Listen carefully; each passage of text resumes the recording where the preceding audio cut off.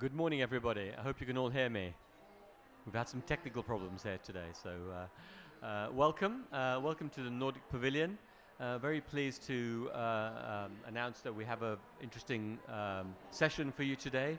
The title of our presentation today is How can Article 6 implementation raise ambition and support sustainable development? Some rather meaty questions that we're going to address today. And I'm very pleased that we can have some opening remarks from Nicholas Hagelberg from UNEP. So, Nicholas, maybe you could introduce the topic. So, please. Thank you, Ash. So good morning, and it's a pleasure for me to be here today.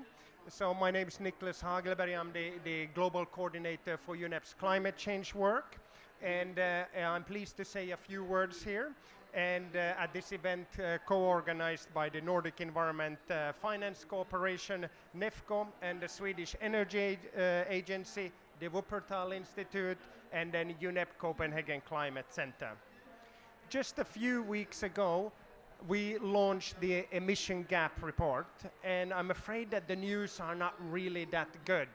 We're still way far off from the target, so even the ambition we have put forward, we are heading for, at best, absolutely at best, a 1.8 degree world. And that's with 100% implementation of the NDCs, all of the NDCs, so conditional and unconditional, but it's also 100% implementation of the net zero targets, the long-term strategies.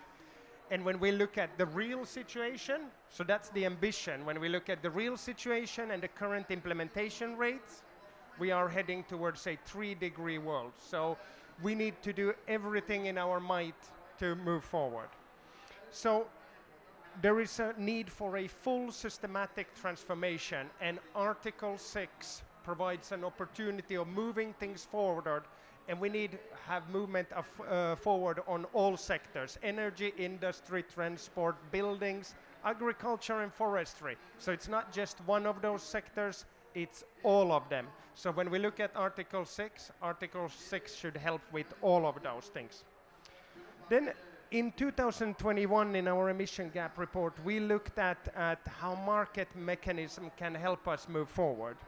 And indeed, market mechanism can help us. In our assessment, market mechanism and Article 6 can deliver 4 to 5 gigaton worth of emission reductions. There's also other estimates that puts that at 8 to 12. So it's a substantial amount of the solution. So we must move forward with all the problems it may have and all the technical issues and the discussions that negotiators are talking about, but we must move forward with it. And why should we move forward with it? Because 120 countries have indicated their willingness to move forward on it. And we also estimated that using Article 6, we could reduce the cost of implementing NDCs by 40 to 60%, so a substantial amount of money. So now we come to the issue that this seems so obvious, but there's no illusion that this is going to be simple. And frankly, with what we're talking here about today, about how we combine Article 6 with Sustainable Development Goals, it's very hard to raise funds for multi-objective work. So that's why I'm very pleased to be here together with really like-minded organizations and partners and countries that can help us move forward on this. So I'm very much looking forward to hearing about the Nordic vision and what our partners have going for them. Thank you, Ash. Okay, thank you so much for your words. I think you really identified some of the key issues here: the urgency of the problem, the role that Article 6 can play. You've highlighted also the impact it can have, 4 to 8 gigatons, and also the fact that this can be done in a very cost-effective manner. And I think we've got a very good session here, and I think we've got some great speakers. And we also will get a chance to talk more about some of the practical issues and implementation issues that we're dealing with. So thank you so much. Thank you. Okay.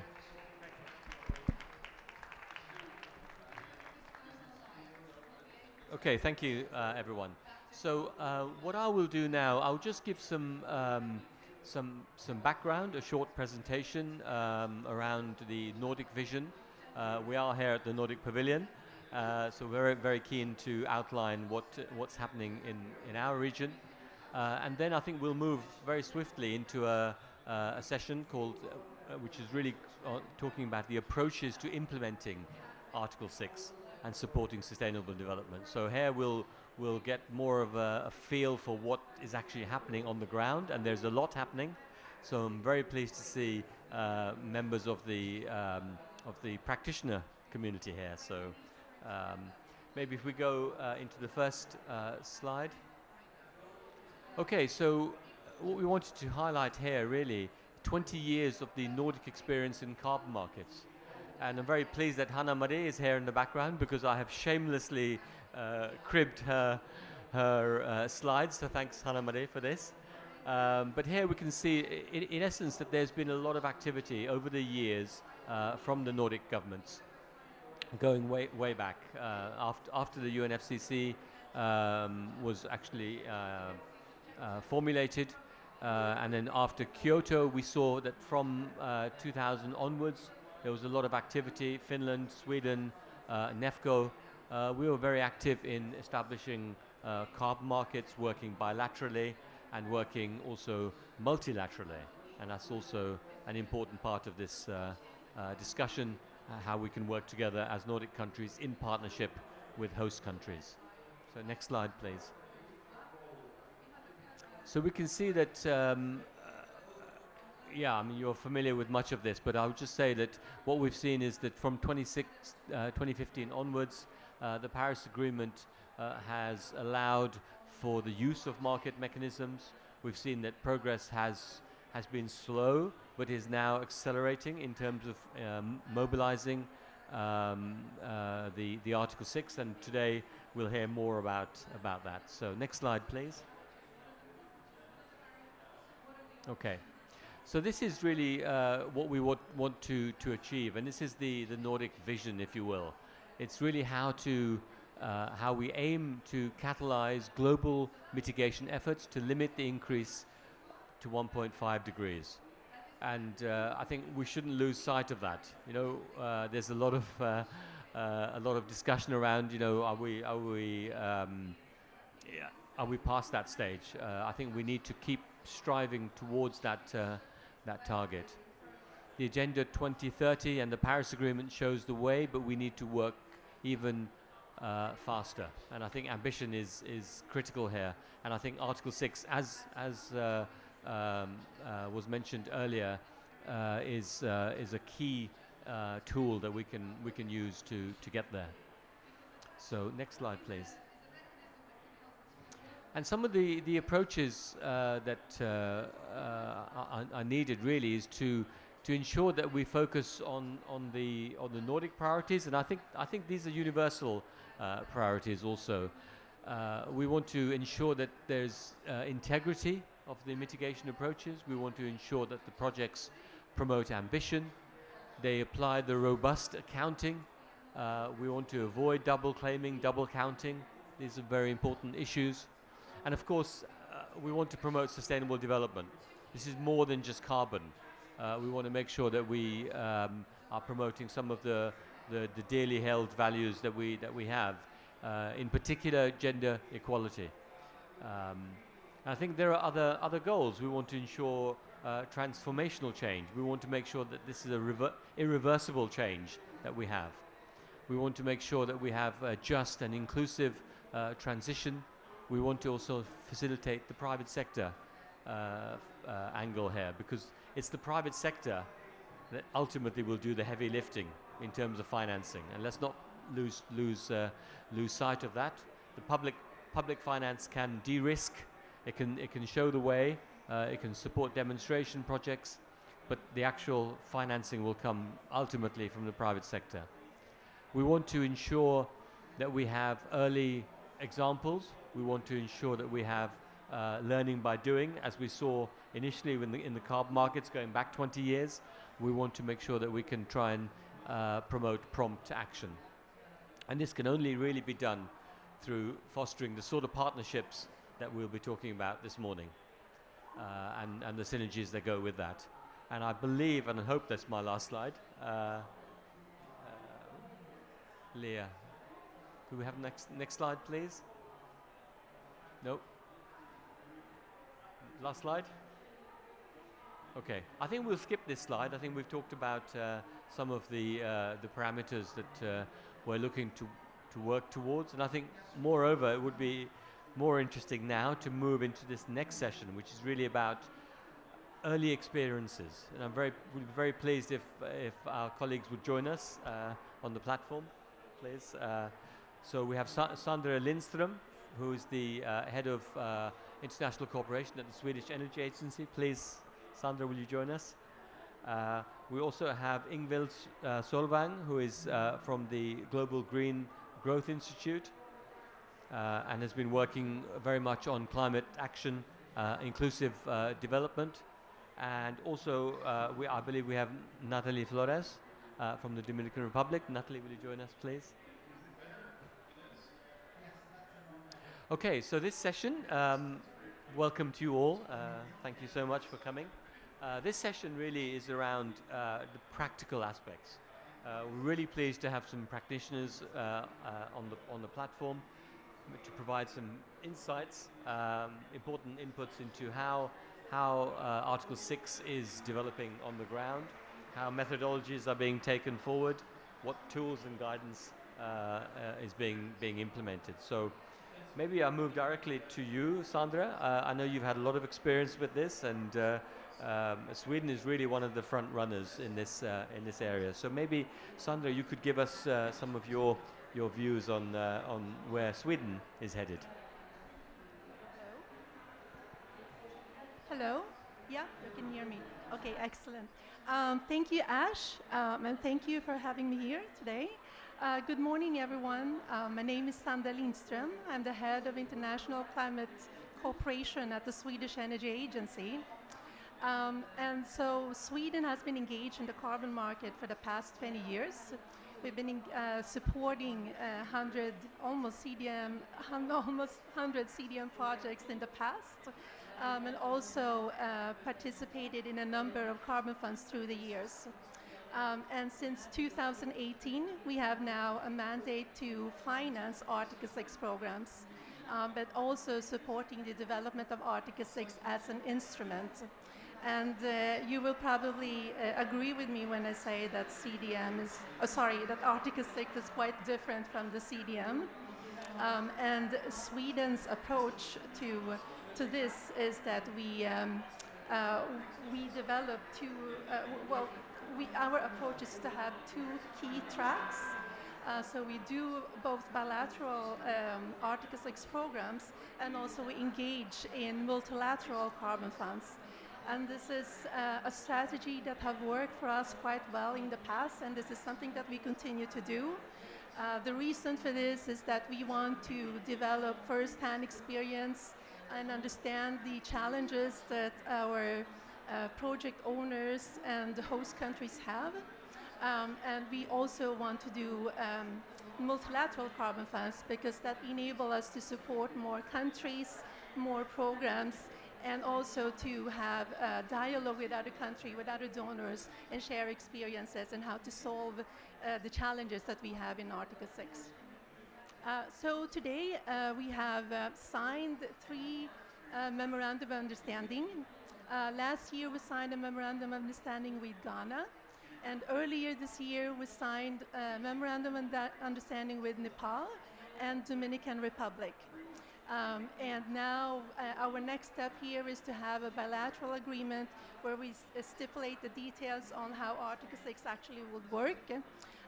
So that means that we will have agreements on how the corresponding adjustment will be made, how the transfer of emission reductions will be done, and also how the governance structure of the governance structure of the whole cooperation. And in parallel, we're also sourcing programs in these 3 countries. So that's where we are. It's been it's been a challenge this past years. It's been difficult to develop Article 6 programs. I think that was simply because there were not that many countries that were engaged in the past, but I'm happy to see that there are more countries and companies that have now increased their interest in Article 6. So I'm really excited to see where Article 6 can be, would take us forward from now. Okay, thank you so much. And thank you. Actually, it was remiss of me to also mention that we have our colleague from Nepal also, Mr. Devesh Mani Tripath, from the Ministry of Forests and Environment. So I don't know if you would like to say some words also. Would appreciate your comments.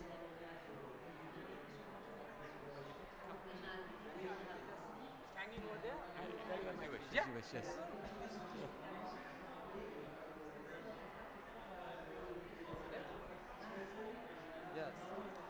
Excellencies, ladies and gentlemen, as the Egypt Summit under the work program on mitigation, ambition and implementation established at COP26, we urge developed countries must lead on the climate ambition. They must also accelerate energy transition, phase out fossil fuels and undertake ambitious sectoral actions while making good on all their financial commitments. The rule book for Article 6 of the Paris Agreement finalized in Glasgow at COP26 in November 2021 provided details and new guidance and rules for cooperation on achieving the goals of the Paris Agreement through international carbon trading.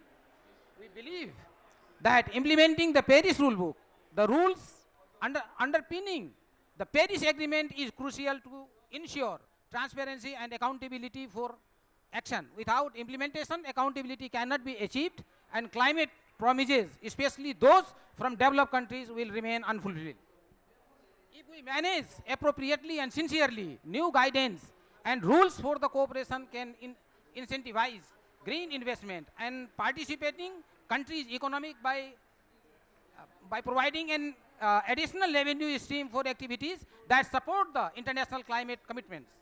Let me raise an issue how developing countries like Nepal will benefit from the market mechanism in terms of achieving global carbon neutrality, aligning global finance behind the Paris Agreement and delivering the breakthrough on adaptation to protect the most vulnerable, ultimately to achieve sustainable development goals. Excellencies, ladies and gentlemen, Nepal has raised its climate ambition to achieve the net zero neutrality by 2045 and prepared National Climate Action Plan through its revised NDC and NAP. And I would like to say a lot of policy reform is going on and we are preparing to reform some institutional arrangement also, many of which align with the Sustainable Development Goals and National Development Goals priorities. However, the lack of financing has been the major challenge for the country to meet its Sustainable Development Goals SDG targets. We believe, yes, Nepal has good experience in terms of implementation of CDM project. However, there has been the surplus CERs which is yet to sold in the markets. The speed and scale of attraction to buyers to sell the credits has remained a challenge. The government of Nepal is looking forward to ensuring that Article 6 of the Paris Agreement delivers the integrated, holistic and balanced approaches to assist governments to implement NDCs through the volunteer and international cooperation. This should be designed in such a way to achieve reduction targets and raise ambitions with a clear policy foundations for emissions targeting systems which could help lead the global price of carbon that all buyers and sellers are encouraged to participate. Government of Nepal is currently working closely with Global Green Growth Institute to build a knowledge and capacity to implement a robust process that support implementation of carbon projects and at the same time help us to achieve the NDC targets. I would like to thank Swedish Energy Agency and GGI for their such an important work in Nepal. We are working on developing the large scale of commercial biogas program, integrating fecal slush and municipal solid waste as a feedstock, which has the potential to achieve the significant health and other co-benefits. If such a biogas plant is built in one municipality, 50,000 people within that municipality can have access to better sanitation services without external financing through carbon projects. However, these projects would not be viable until we get some external financing. External financing is the most important. If 20 such plants are built, the country has the potential to save the USD 7.5 billion by decreasing LPG imports, resulting in higher energy security within the country. 15,000 green jobs can be created. 1.2 million tons of GHG emissions could be reduced by replacing LPG with biogas in the commercial and industrial sector of the country.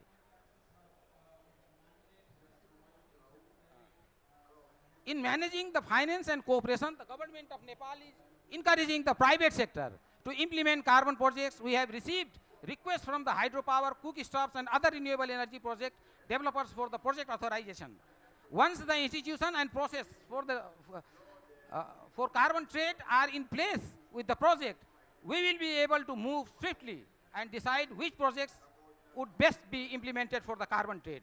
We have an interest in attracting international financiers who would want to invest and help to achieve the national climate ambitions and support in achieving SDGs. Nepal also has tremendous experience and opportunities to utilize the market mechanism and has recently signed the agreement with the World Bank under a forest carbon partnership facility. We are keen to move forward and develop the necessary process required to trade under the Article 6 and implement projects. Thank you very much.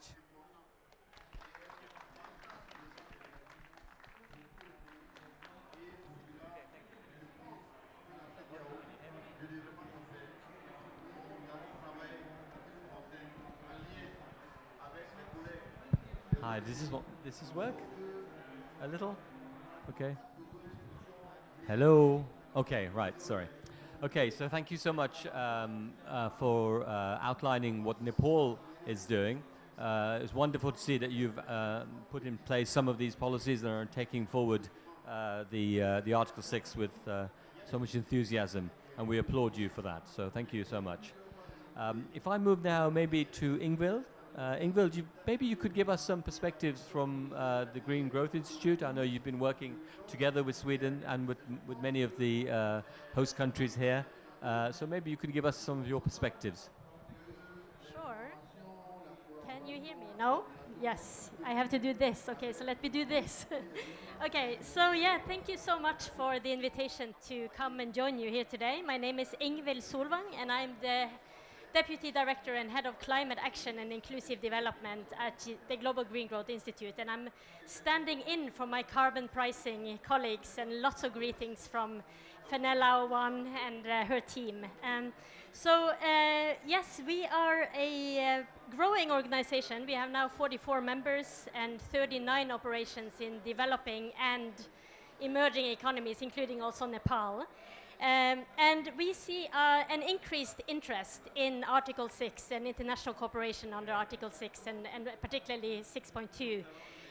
Now with the rulebook coming out of Glasgow, I think that sends a really good signal that we also notice in terms of the interest.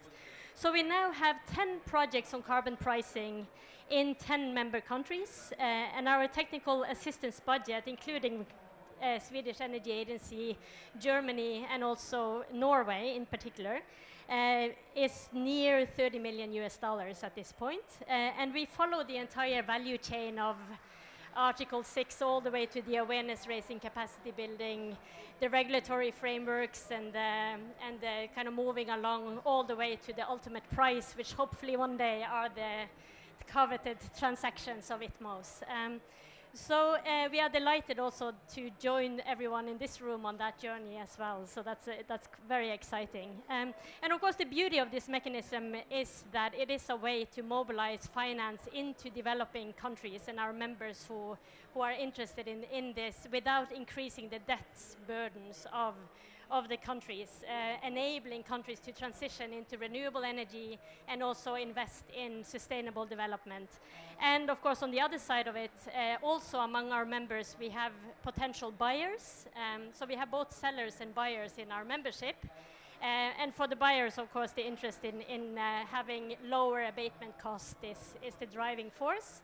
And having both the buyers and the sellers among our members, I think, position us quite well to be a matchmaker of these international collaborations and cooperations.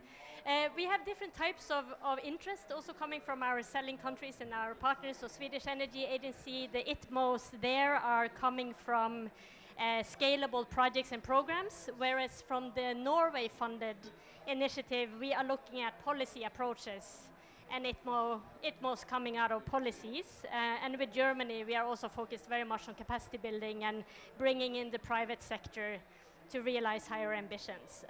Now, the bread and butter for GGGI is the development of bankable projects. So the way that we see it is that carbon pricing is one way to finance the pipeline of projects that we have currently, which has a value of $9 billion on paper. We have to date, in the 10 years of existence, mobilized $7 billion, not from carbon pricing, but the hope is that we will see that being a part of the way to mobilize investments to our members in the future. A concrete example of the projects, I think, has already been given very nicely by Mr. Pudal from Nepal. So under the Swedish Energy Agency, we are collaborating with the government of Nepal on this biogas initiative. And I think Mr. Pudal also highlighted very well the way that we work on turning fecal waste into biogas, using the methane and turning methane into biogas, adding kind of sustainable energy to communities, creating green jobs. It has lots of health benefits. So we can see very well that there is both an economic, an environmental, and a social component to these types of projects. And I think the things that we are grappling with are how to estimate those socioeconomic co-benefits, because ultimately I think that's of real importance to policymakers, to government, to the political will, and also the social demand for these types of projects, to be able to estimate how many jobs and what are the benefits. And not only estimate it ahead of time, but also monitor and evaluate that as we go down the value chain.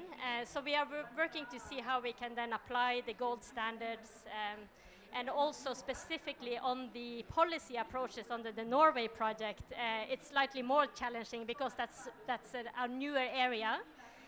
So again, we are trying to experiment on how the existing standards might apply also to policy approaches.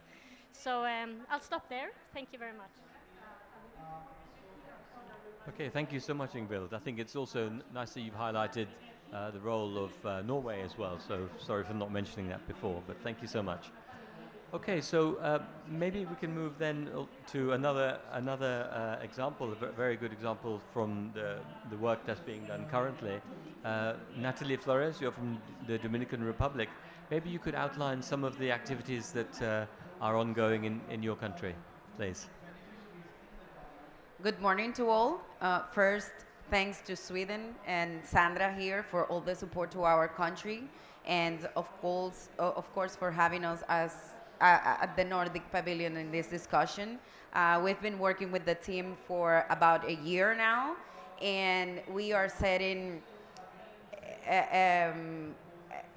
well, I'm thinking in Spanish, we are setting, the way in the Dominican Republic to have more of this agreement, but Sweden is the pioneer with our country, and we are very thankful for that. The Dominican Republic is a small developing state from the Caribbean. We are one of the most 10 vulnerable countries in the world.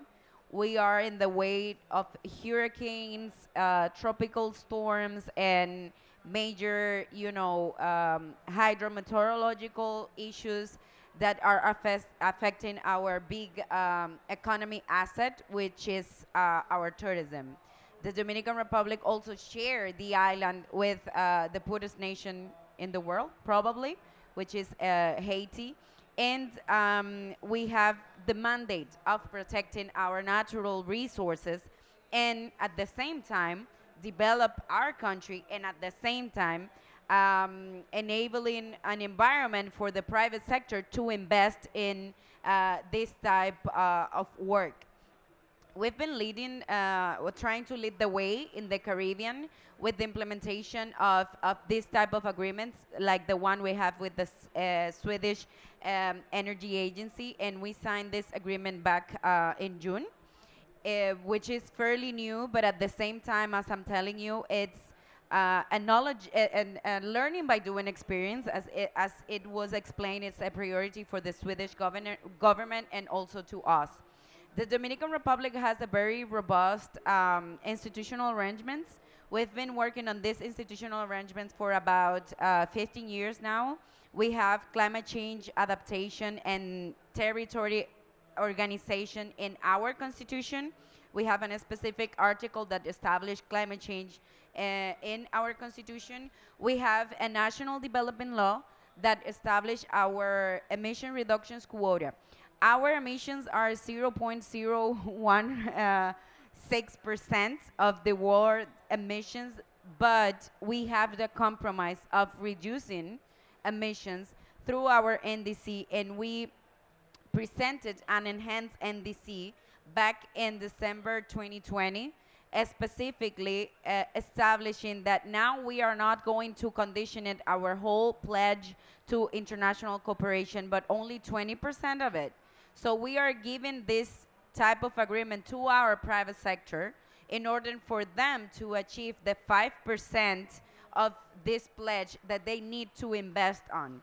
And the government, it's also investing 2% in order to achieve our NDC by 2030. The actual president made a pledge of trying to reach net zero by 2050, which is a very ambitious goal for such a small country, but we want to go there. We want to work hard to achieve that, and this type of agreement is the way to.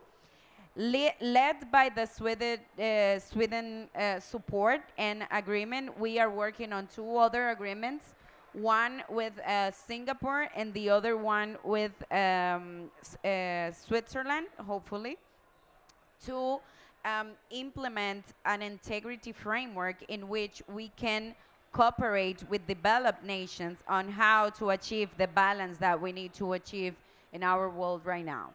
Right now, we are working on that framework through a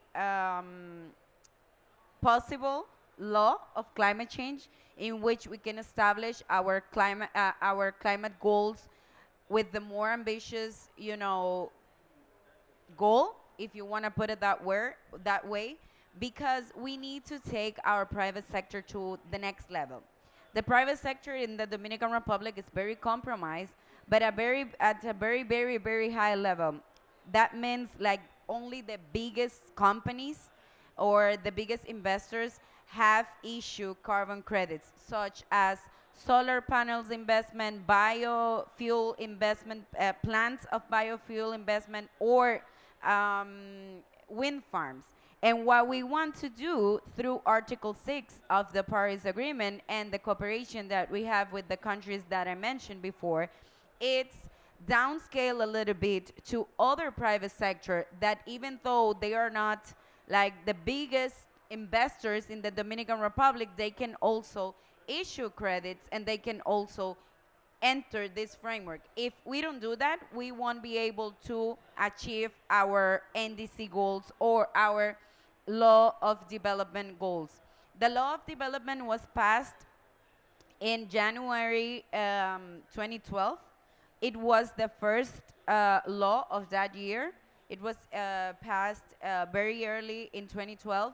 And right now, since it's the one that established the only emissions reduction by law, we want to enhance that through a possible climate change law and raise, let's say, the awareness our private sector needs in order to understand what's a voluntary carbon market, what is cap and trade, and how we can go further on what we are establishing here at the negotiations with the Paris rulebook and what we are negotiating right now in the rooms, right? Because our private sector, it's driven to social corporate responsibility when it comes to these. And we need them to understand what the market is, and we need them to go beyond. We have a law for the import of electric vehicles. And I mean, I'm not even Swedish, but I'm proud to say that we have Volvo in the Dominican Republic, and since Volvo made a pledge of electric vehicles, the company that brings Volvo to Dominican Republic is also transitioning to that electric vehicle benefits from the law that we have, that if you buy electric vehicle, you have a tax release. So we incentivize them in order to help us to achieve our NDC, because then that amount of emissions that we save when people are importing the electric vehicles go to the whole framework. We also have a tax on fossil fuel. So every time we put gas in our cars, we pay 2% of taxes that go to our carbon account to the Ministry of Finance. And that's what we want, you know, to try to achieve within the framework of this cooperation under 6.2 and this learning by doing asset, right, that we have. We were discussing over here from the negotiations that now we have to establish sort of a action plan and letter for the project developers, so we can, like under the framework of the agreement, we can work directly with the project developers, with our own private sector and international private sector, but trying to downscale it not only to big investors, but also like our medium to high investors from our country itself. So I'm gonna leave it there. Thank you so much. Thank you. Thank you for outlining so eloquently, really, what the Dominican Republic is doing in terms of quite an impressive package of policies. Yeah, again, we commend you for your early action in this area, because I think there's really a lot of things going on. So thank you so much for that. So okay, so I guess we've had our first round of observations, presentations, if you will. And I'd like to open up really if there are questions from the audience, and maybe while you're thinking about your question, I could start the first question, take the first one maybe to Sandra. Sandra, based on the experience that Sweden has had to date, and I know you've been working very much on 6.2, on the bilateral part of the 6.4, but I was wondering whether you could offer your views on what the key steps are in terms of establishing a more global functioning Article 6.4 market. How do you think things are developing there, and what needs to be done? Sorry, can you hear me? Yeah. Sorry, Ash. What needs to be established in order to functioning the market? Yes, yeah. please. That is a good question. I think we have come far in the last a couple of years now that we have the Glasgow agreement in place, but there's still a lot of unknowns left to be clarified. I mean, we have the methodologies for corresponding adjustment. We have a number of technical issues that needs to be clarified in order for countries to really, how do you say, know how to engage in Article 6. And another point that I also wanted to raise here is that I think that the private sector is just getting really interested in getting interest in Article 6. When the private sector can engage in this one, then I think that we really can see more potential of the Article 6. Okay, thank you so much. Any hands being raised for questions? Should I move to the oh yes, we have Hanna-Marie. Thank you very much. It's great to hear all of you and bringing the action into the ground. You've all mentioned private sector, And I'm wondering, how is the private sector involved? Are they involved as project developers, financiers, I suppose, as well? But also, are you seeing private sectors interested in the buyer side? So do you have like voluntary buyer companies as well involved? Because I'm interested also in the interplay between Article 6 and voluntary carbon markets, a hot topic coming up as well. Thank you. Okay. Maybe you could answer the question about the private sector engagement, and then we can talk about demand, maybe, Ingvild, or? Okay, so in our case, we have both approaches. We have the project developers that have been, helping us to reach out the countries that want to invest in Article 6 of the Paris Agreement. And also we have our own private sector wanting to, get to know better how they can get involved and how these governmental agreements downscale to them. Because I think that's exactly the issue with the integrity of the whole framework. Because sometimes private sector do not understand how they can reach out to honor, like how can they get involved in the agreement that I have with Sweden, with Singapore, or any other country that we have the agreement with.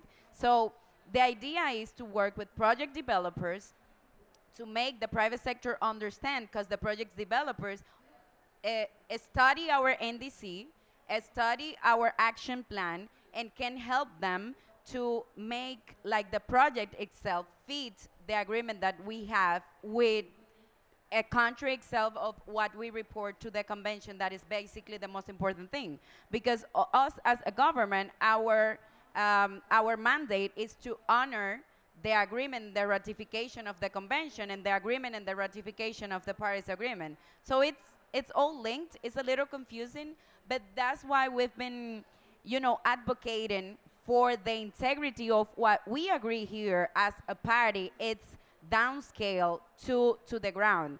The problem with the agreements that anyone can do with any certification that has a specific indicators can sometimes contradict what we agree here, which is happening, for example, with forestry.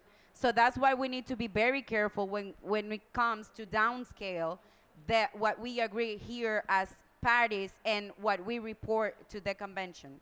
So I think the key to integrity is right there in how to report the emissions and the compromise that the country have with the convention and with the ratification of the Paris Agreement from our perspective. Okay, thank you so much. Does anyone comment on the demand side, buyers, the part of the question there? Yeah.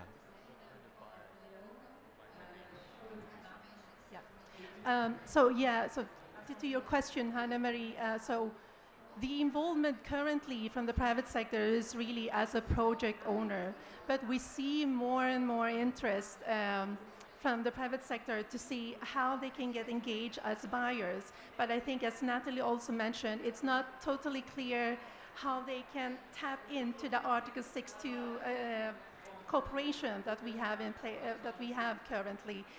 So I think in the coming year we will see how this can evolve more clearly. Okay, thank you so much. Karen?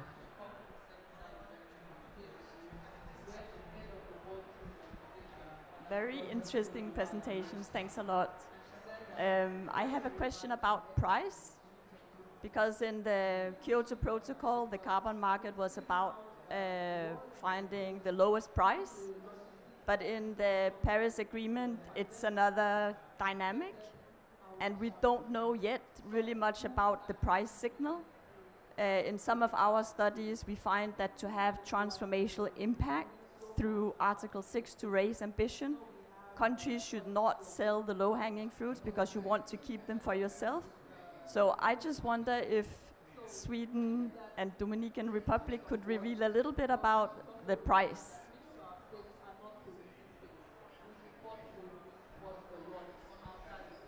I think that's the key to the whole framework.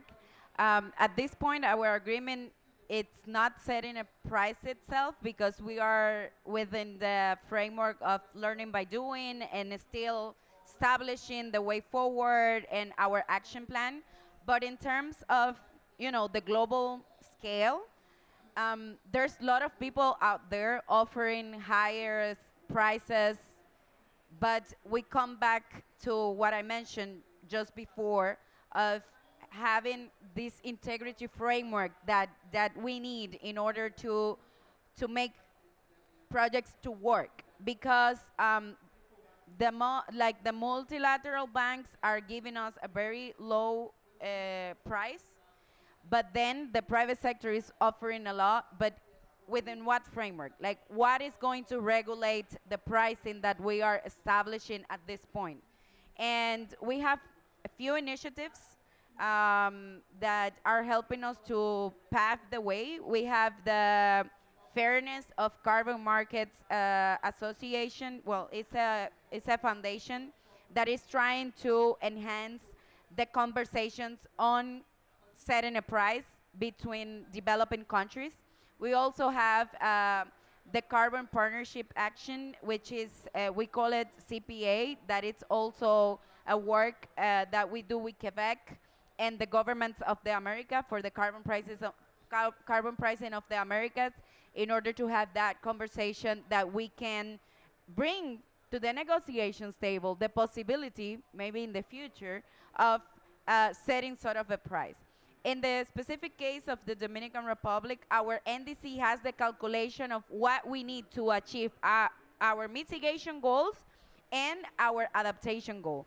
That means that if I have an agreement with Sweden and we have a line in our agreement that says that we're going to dedicate some of this money that eventually we hope to set up to adaptation and co-benefits from protecting our biodiversity, just to give you an example, we have to rely on the pricing that is established in the NDC and the investment needed for the NDC. Just to give you an example of a path that we are, transiting, but it's still a little uncertain. Okay, thank you. Good question and great answer. I think it's a process, right? So, okay, so maybe one final question from myself, and the question goes to Ingvild, really.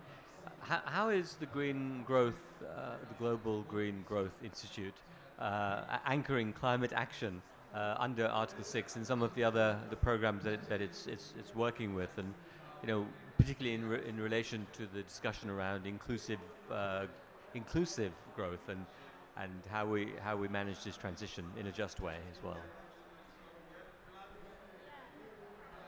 I don't know. Yes, here I am. Yes, thanks for that question. And I think it's kind of taking a couple of steps back from the technicalities of price and markets, and how we are basically, we start the value chain of coming up with climate action quite a bit before we come to the point of understanding the mitigation outcomes. So in how we engage with our member countries, really starting from green growth planning, from NDC enhancement, from long-term low-emission development strategies, and in that process, applying these modeling tools to generate an idea of both economic and environmental and social co-benefits of climate action. And I think that's an important process that, in a way, the Article 6 work that we do are benefiting from the fact that we have started long before to actually lay out the land in terms of what gives most yield in terms of these additional co-benefits. So we can bring out our green economic models to look at sort of how do you then move towards low emission pathways, how many millions of jobs are you going to be creating, and then we apply also, now we are looking at developing a gender just transition framework, understanding that when we look at gender, we can't look at gender only at project level.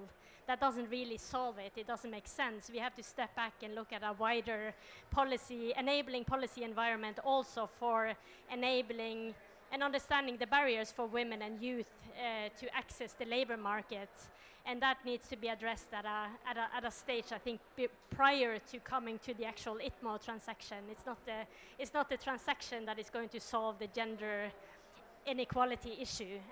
So I think looking at that more coherently at sort of the stages of engagement with our members, I think is beneficial to what the outcomes of an Article 6 transaction may look like in the end. So. Yes, please. I think we are working with GGGI in our in setting up our financial scheme with focus on climate change in the Dominican Republic. It is a readiness that was approved just less than 2 months ago. And I think it's key to take into account how the NDCs of the countries establish all the ACE and transversal topics from the decisions of the convention. And we have in our NDC the gender approach, the youth approach, and the vulnerable communities approach. So if countries have that into place in their NDCs, that translates also to the agreements that we establish with other countries. In our case, for example, we have a Ministry of Youth and we have a Ministry of Gender, which comes as a response from all the negotiations and then setting into place like these tables of conversation of climate change and youth between all these agreements that we are doing, but also those safeguards that we need to take into account at the moment of setting up the agreement. So eventually, when we go directly to the action plan of our NDC, we have to do the checklist of having into account how the gender is going to be approached. For example, the youth, the vulnerable communities, and the diversity that we need to include to achieve the goals through the agreements. So I think it's not perfect. We need more, of course, but I think it's a good way to have that in the action plans of each agreement, like these indicators. And of course, the whole framework starts with the pledge that you do in your NDC. So just a side comment. Okay, thank you so much. I'm conscious of time as well, but it's a really nice segue into the next session, which is really going to talk more about the tools and how we take things forward there. So if we could thank the speakers and also from Nepal as well. Thank you so much for your contributions.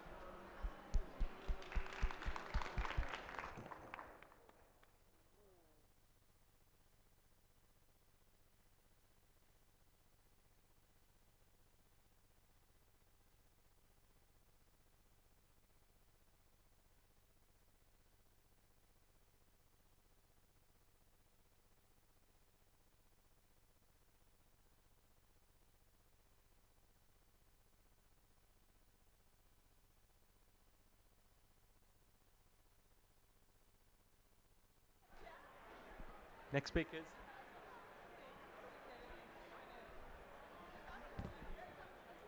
Actually, and I'm going to sit here. You there? Yeah, no, you sit there. What's the order? Maybe if we could sit here, that we can't see the slides otherwise. Okay. See? Okay. Yeah. Okay. Like that musical chairs. Yeah. Yeah. Adama, I'll stay ahead. So you two will sit here. Yes.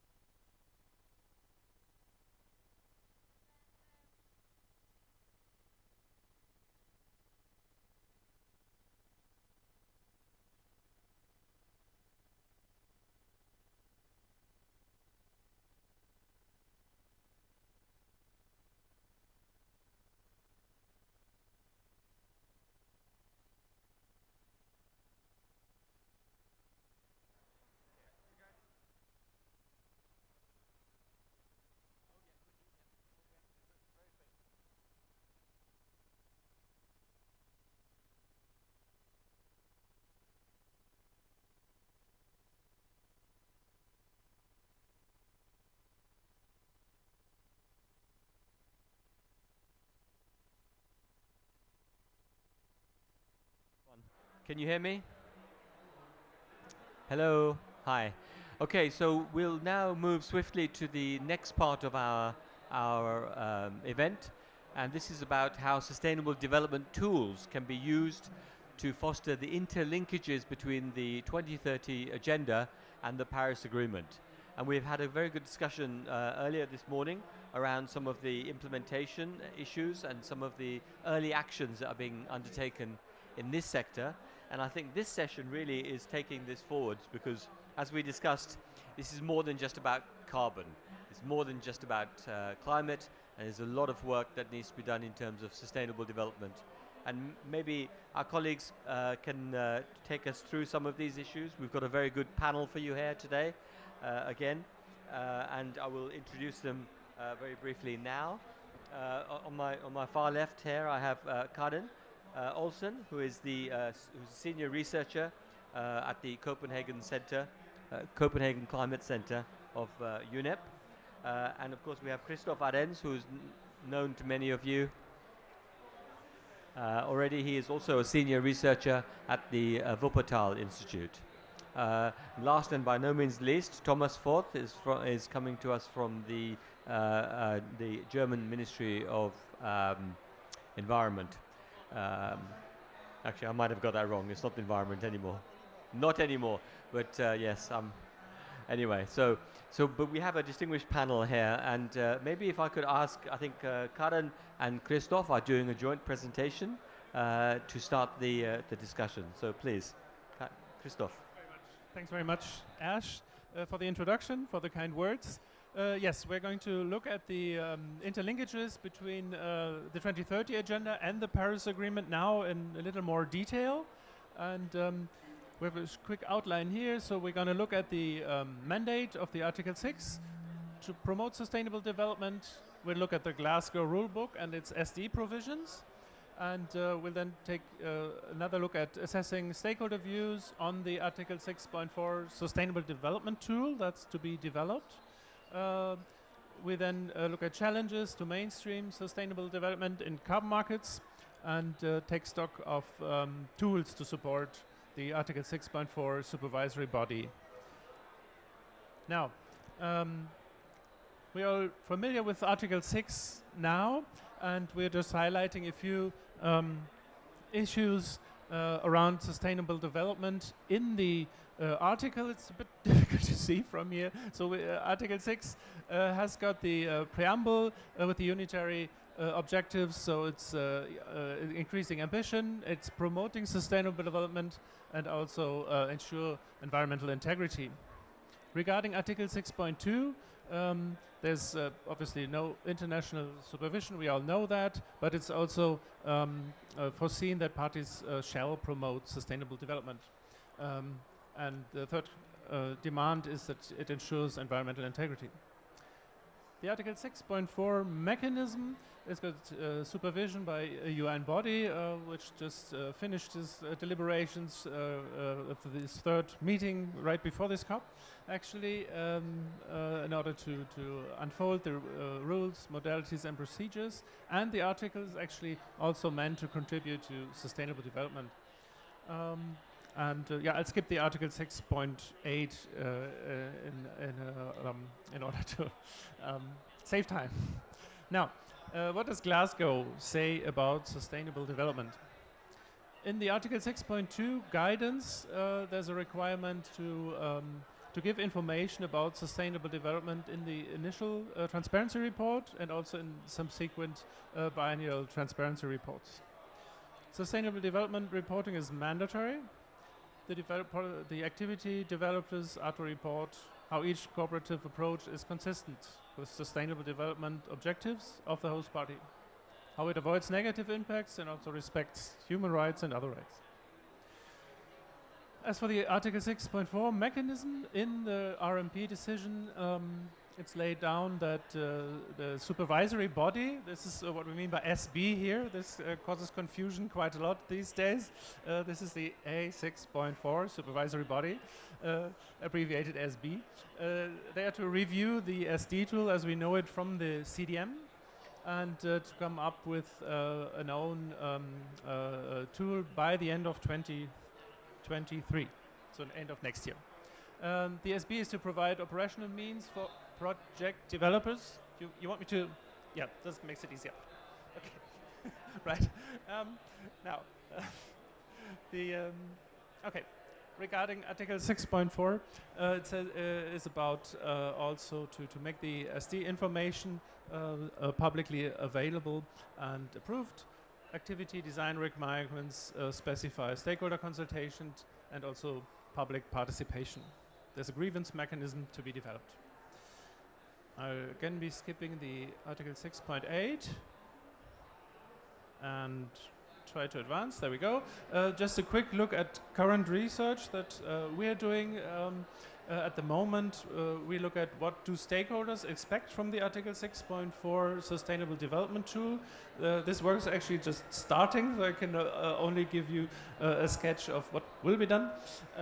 So we're going to look at different stakeholder perspectives, like from the SB members, host country governments, local stakeholders, buyers and project developers. And we'll be covering issues like what is your experience with tools in general? How about the concept of the tool? Would it be rather be like a broad level headlines, or would you prefer detailed indicators? And we're also looking at usefulness. What level should it be used? Is it rather in the national context, or is it fixed at international level? And then obviously there's also a look at the scope. Is it rather descriptive, ex ante, is there ex post monitoring, or even quantification? Yeah. And this is just a look at what things could look like. This is from earlier work that we actually did together with the then UNEP-RISO Institute. So we compared different sustainable development assessment tools, and looking at the third right column, we could see that it dates quite a while ago. The UNDP NAMA SD tool is not as important nowadays any longer, but it's just showing to you what kinds of different aspects tools can cover. So we assessed, are there indicators for SD co-benefits, for example? Are they quantified? Are negative SB aspects being assessed? Is there a follow-up in terms of monitoring and reporting, and possibly also independent third-party validation or even certification? And the last point, which is also important, is there a meaningful stakeholder consultation about people in the ground affected by the projects? Now, this is the first part of our presentation. I'll hand it over to Karen for the second part. Thank you very much. Yeah.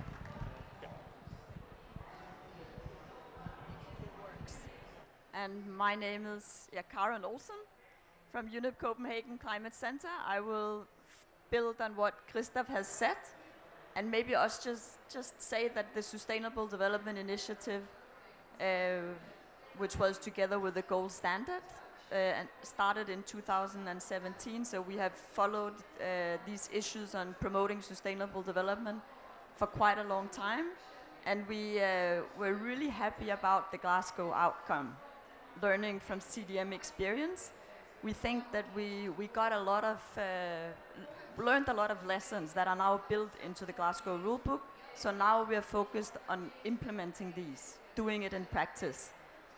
And this takes us to how to mainstream sustainable development in carbon markets, because the compliance market, where the 6.4 mechanism, which it is part of, with the guidance, the rules, modalities, procedures from the supervisory body and the CMA, is just one, you could say, element of the carbon market. We also have the voluntary carbon market with a lot of tools. And as Christoph said, we have from Glasgow, in the transparency framework, also a requirement to report on sustainable development, which is also a new aspect at a higher level than project level that we are used to from CDM. The challenges of these interlinked approaches is how to mainstream all approaches for what we call a race to the top. CDM was to some extent a race to the bottom, because, that's a long story, but I'll skip that. But what we want to focus on now is how to steer development of many tools towards common best practice. So we've started, and this is also work in progress. This year was funded by the Finland, but also Sweden and Germany and Norway. So we have compared the criteria of the 6.4 mechanism that will be approved by the supervisory body end of next year, 2023, looking at these aspects of host party approval, safeguards for no harm done, stakeholder inclusivity, and impact assessment for the global goals, and also the transparency aspects that are actually not addressed in the 6.4 but in the 6.2.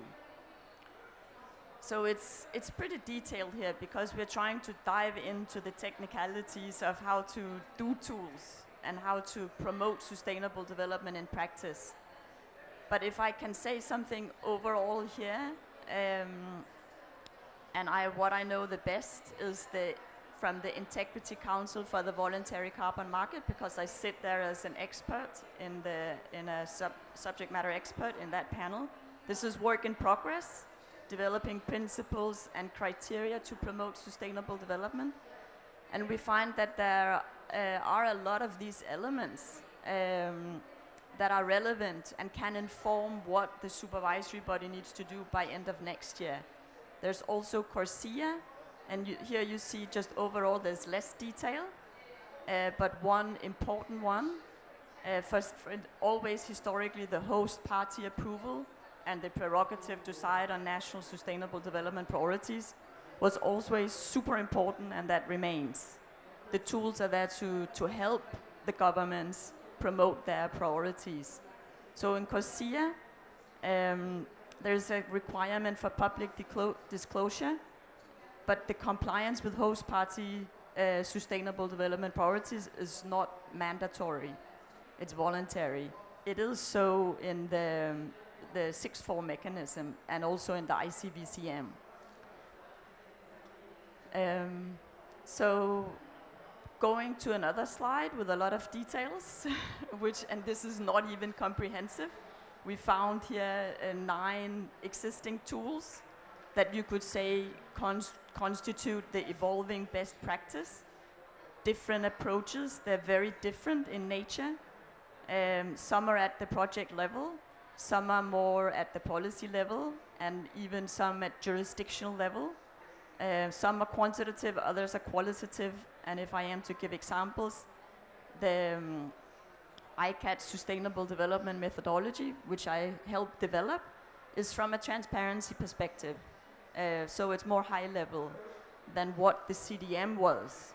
And you can see here from 2 green crosses, meaning this is where what is addressed, that the CDM tool was very limited in scope and a lot of room for improvement.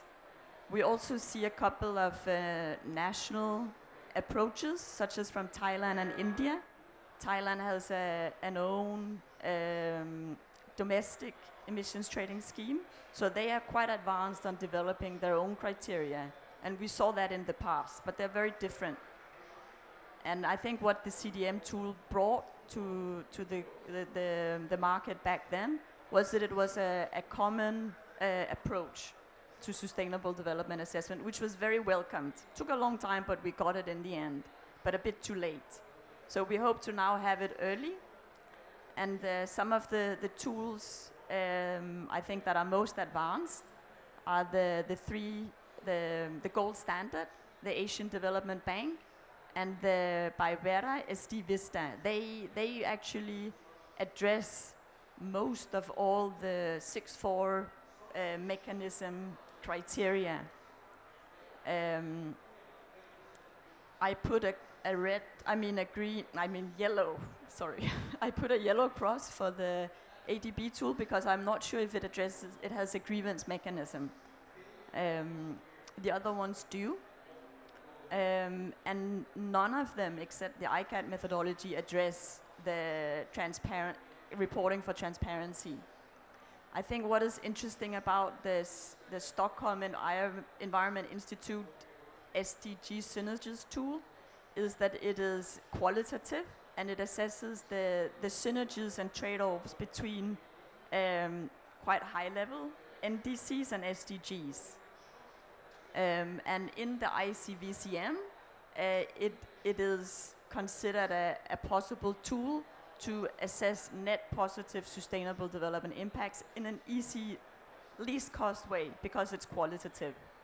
And what we propose from the ICVCM side is to have quantitative assessment being voluntary. It can then be assessed as we call it an attribute, which can be tagged to units of emission reductions. So I think I'll stop here. You can see later that we will make a report that will give more explanation and detail. But just to show that there's a lot of experience out there for the supervisory body to build on.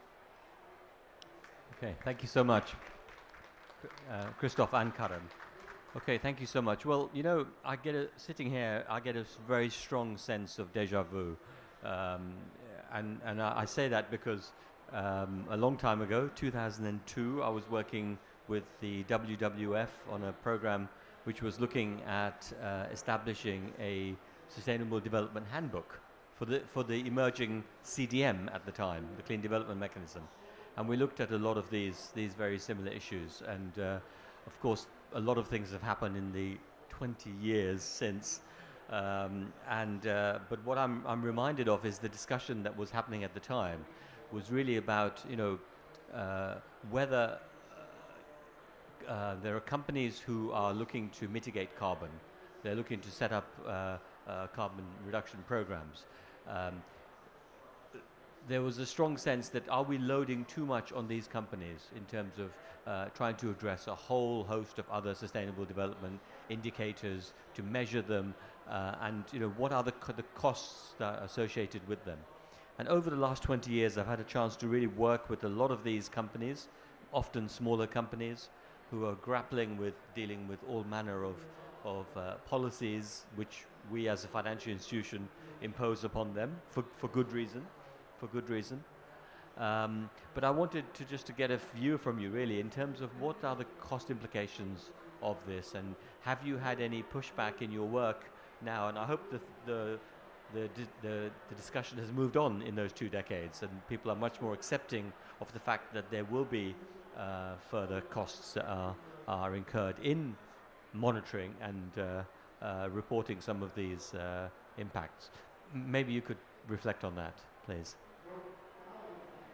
Yes, so just like it's really interesting to know the price of ITMOs, it's also interesting to know what is the demand for quantified emission reductions. And we don't really have a lot of experience on payment for specific SD impacts. I think it's an emerging market. And what holds a promise to bring down the price, because there's no way you can be comprehensive. You have to be selective and prioritize. For instance, as we hear from Sweden but also Germany, we know that there's a lot of focus on gender. We actually have a dedicated standard called W+ for how to assess gender impacts. And what can bring down costs is that we are moving towards digital MRV, including for sustainable development impacts. So some of the new players in the market, Sustained Cert, that this is a spin-off the gold standard, they're now assessing and certifying also sustainable development impacts. And we know that impact investors want to know quantified impacts and pay for it. So I think there's definitely an increasing demand for this. But I actually don't know how you price gender impacts quantitatively. Maybe that some other experts may know. I don't know that. Quickly, sorry for that. Quickly and loudly, may just to add on that, and also looking at the time that has passed since you worked on these issues, Ash, I think a lot of things have actually changed in developing activities. And for example, we looked at the standards of different multilateral institutions and development banks, and for them assessing risks and no harm criteria is just common sense and standard. This has just become the norm. And I think this is a question of convergence, that the carbon market also follows suit and mainstreams this into their assessment. It's just a matter of convergence and of standards that are being applied elsewhere anyhow. Thank you. And actually, just for information, that carbon label, it was unknown at that time. That became the gold standard, and we presented that at the COP in India, which I think was at the end of 2002. So. And it's good to hear that these costs of MRV are being priced in, and that investors and donors are willing to pay for that. So that's good to hear. Okay, so if we move to Thomas, Thomas, if you could perhaps offer your views on how we can align some of the market-based climate action towards the net zero pathways that we've been talking about earlier this morning. So yeah, and how best to try to promote these we talk about national sustainable development priorities, and how to promote those within the Article 6 program. Please. Yeah, thank you so much, Ash, for these questions. I've got 3 questions to answer in this direction. I think it's a little bit complicated in the moment to answer it at the final stage. You all know that the technical details are still to be negotiated, and one of the main questions is whether we get an Article 6, which is more than the CDM, a single-based project. I don't think that a single-based project matches so much in the long-term view. I think we need a completely different basis when we speak about this long-term orientation, and it's absolutely transparent in the decisions from Paris to Glasgow that we have to go through the questions how long we can do offsetting and how the host countries can develop a low-emission development strategy. That's very important, that they have an idea about their strategy, which areas are up to cooperation, and of course we would like to see that the low-hanging fruit is taken under the NDC, and when they could use additional finance through markets for the transformational processes.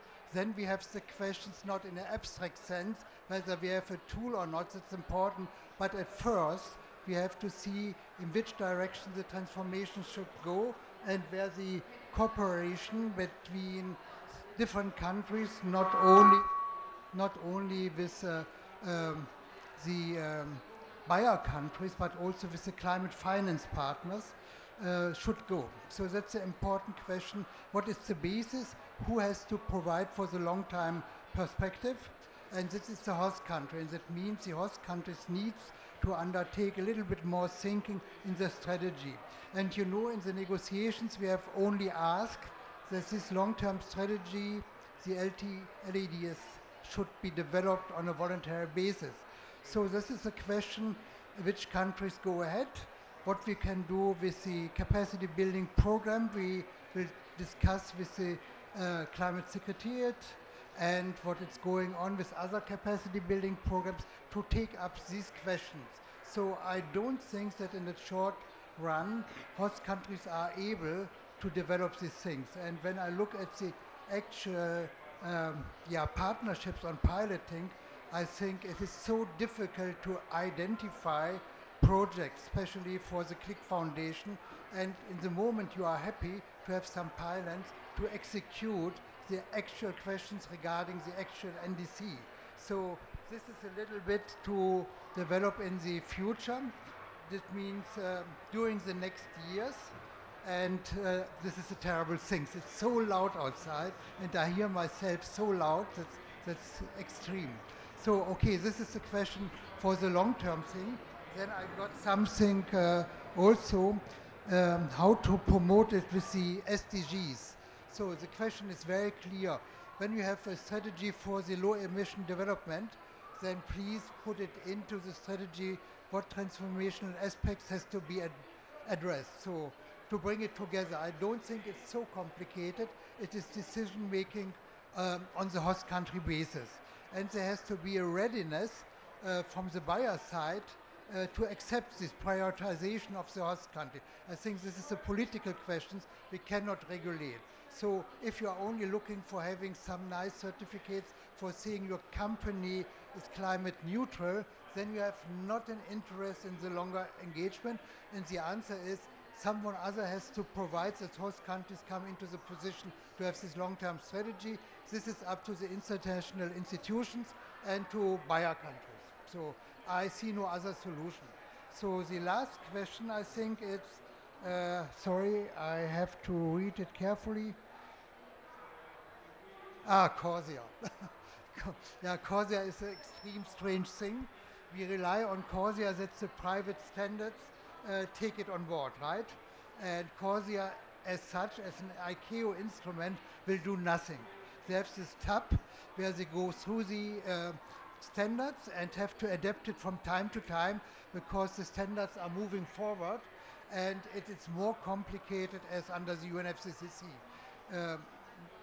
It is clear that the ICAO focus is very much on having less administrative burden to have an own scheme, but so long they are not relying on the UNFCCC standards alone, then we have to look whether in these standards the SDD tools will be applied or not, what has mentioned by my colleagues before.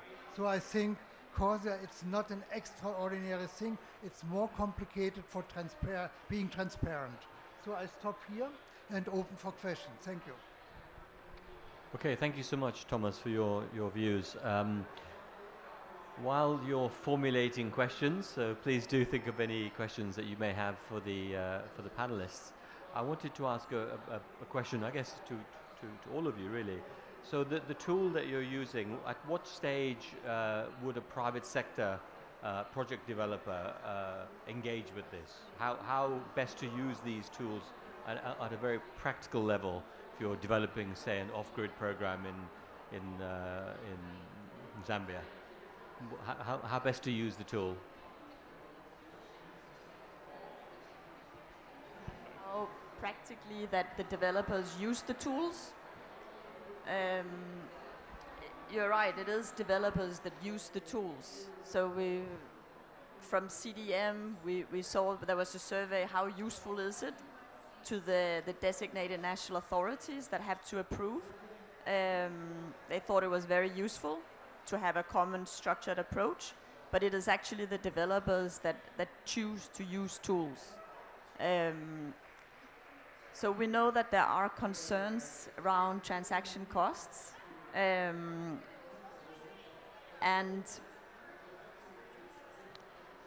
they have a sort of a variety of tools to choose between.